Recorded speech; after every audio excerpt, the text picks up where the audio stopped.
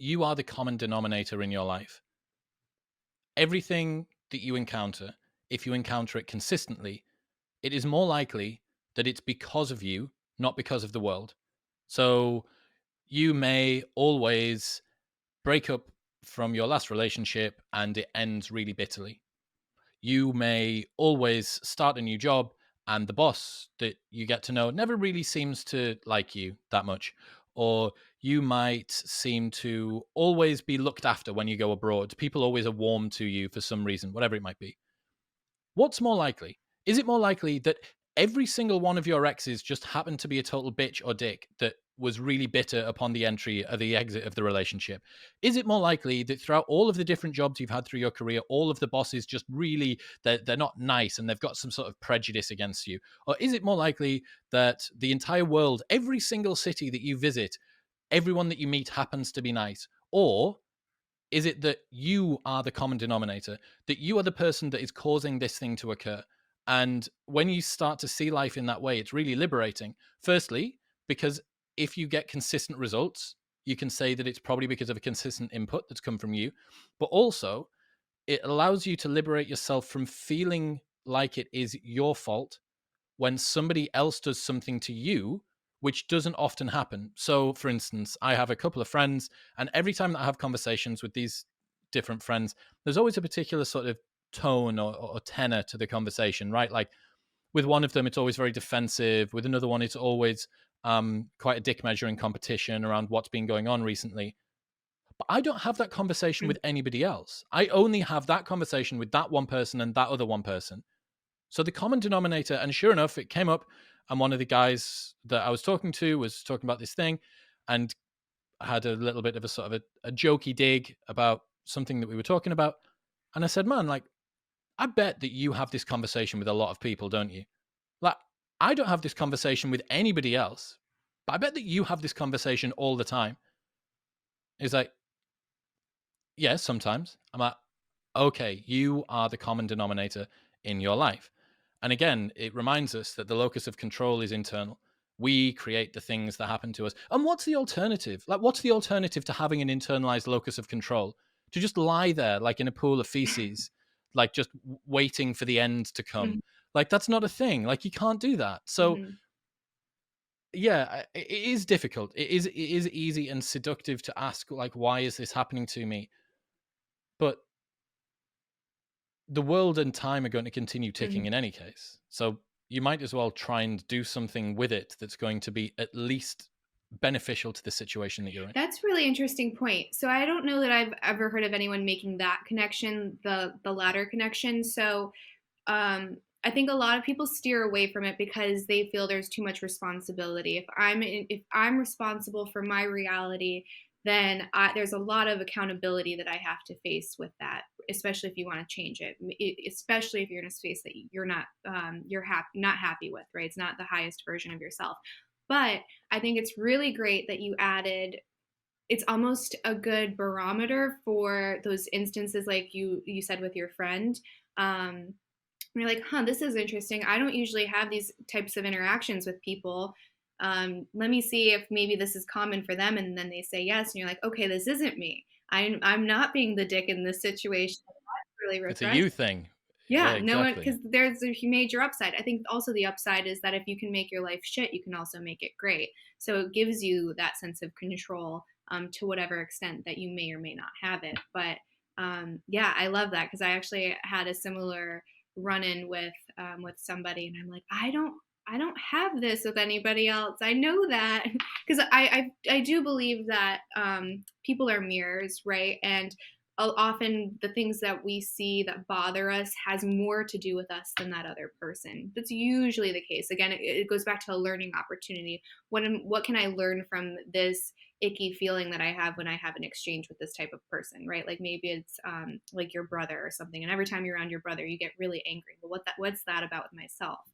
But there are those rare occasions where you're like, I know this feeling doesn't happen anywhere else. So where's that coming from? So it's a good separator of what is something that you can work on within yourself, and then what is just kind of an outlier as far as human exchanges go. Yeah. No, absolutely. I agree. I think just becoming aware of the texture of your own mind is quite important as well. Like realizing I'm a bit angry right now. I'm a bit sad right now. I'm a bit anxious right now. Like simply just being able to notice when that happens is so important. And if I get no closer to nirvana than simply being aware of when I've been lost in thought, which is what 1,000 days of meditation has given me so far. Like if I get no more peace in life than that, I'll class meditation as a win. Simply by being able to notice that the texture of my mind's changed. Oh, I got a bit annoyed by that thing. Or I was made to feel a bit uncomfortable by that thing, or embarrassed by that thing, or pick your happy, joyful, whatever. Like just knowing that is so powerful because it means that you can step into your own programming. And yeah, sadly, I see a lot of the people that are around me or were around me in the past that are still kind of running on autopilot with regards to that sort of stuff. And it's not nice because you're at the mercy of whatever thought comes careening into view. For all of the people that are listening, they don't get to control the next thought that they think any more than they get to control the next set of words that comes out of my mouth. Like that's actually the way that it works. You are not your thoughts. You are the person that hears your thoughts inside of your head. So when you're walking around and when you tell yourself that I need to make the bed later on, well, should I make the bed later on? Well, I could do it now. Who the fuck are you talking to? Like, really? Who are you telling? Like, who are you telling that you need to do the bed to? So you are not your thoughts. And the less that we can identify with them, the more that we can notice when we've become lost in them, the easier life becomes. And that happens linearly for me. The less that I identify with the words that I hear myself say. And as well, you talked earlier on about sort of some of the past traumas and these narratives and stuff that come up from previous exchanges we've had, especially in our formative years when we were kids. Almost all of the voices that are in your head are some sort of authority teacher figure from when you were a child. So maybe a parent, maybe it's a grandmother, maybe an older brother or sister, maybe a teacher that you spent a lot of time with, something like that. Like, why would you allow that voice to be the one at 33 years old that is still telling you? Because you may be able to deprogram some of that, but a lot of what I think is the source code has kind of been built in, and you can slowly degrade that over time, but it's going to take a long time. What you can do far more quickly is just decide not to associate with it. Okay, that's cool. Like Mrs. Wilkinson from 3rd grade when I was like 11 years old or whatever. Like, oh, that's cool, Dad, when he was angry and something had gone wrong at work, or he was stressed with like money or whatever it might be. Like, you can hear these things come up. And yeah, again, from like the family side, I think that this is why we need to be increasingly careful with how we speak to our kids. Like the voice that you use with your child as they're growing up is the voice that they're going to hear in their head for the rest of their life. And if that's the case, then you need to be incredibly careful. What is the sort of voice that you want your child to have in their head for the rest of their days? Do you want this bizarre poltergeist echo version of you that's like some fucking ghost haunting around in the back of their skull, just like singing these words out from the corner of the room? Do you want that to be an encouraging voice that tells them that they can do what it is that they want to do, that is encouraging and loving and accepting of their failures, but expecting more from them in a way that motivates? But do you want this, or do you want it to be you snapping at them because you've had a bad day, because you expected more from a child? And yeah, I think that's something I can see myself getting far more. I don't have kids, so I've got no horse in this race yet, but I can see myself getting like super passionate about telling other parents to do that, because I already am. And That gave me goosebumps. yeah, I think we Oh, should sorry, go ahead.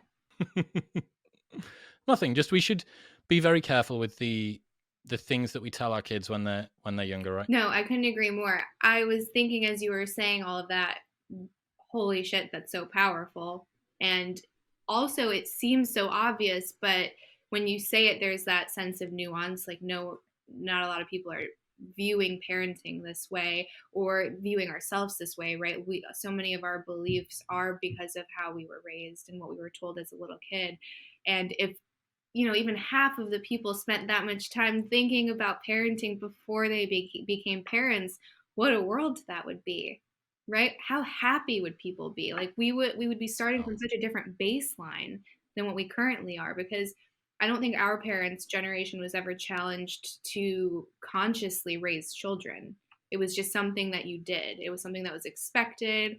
You kind of looked at them as little mini adults, which is not the case. Their brain is so unformed, right? Like it's waiting for you to manipulate it in hopefully the best way possible to make them into this great person.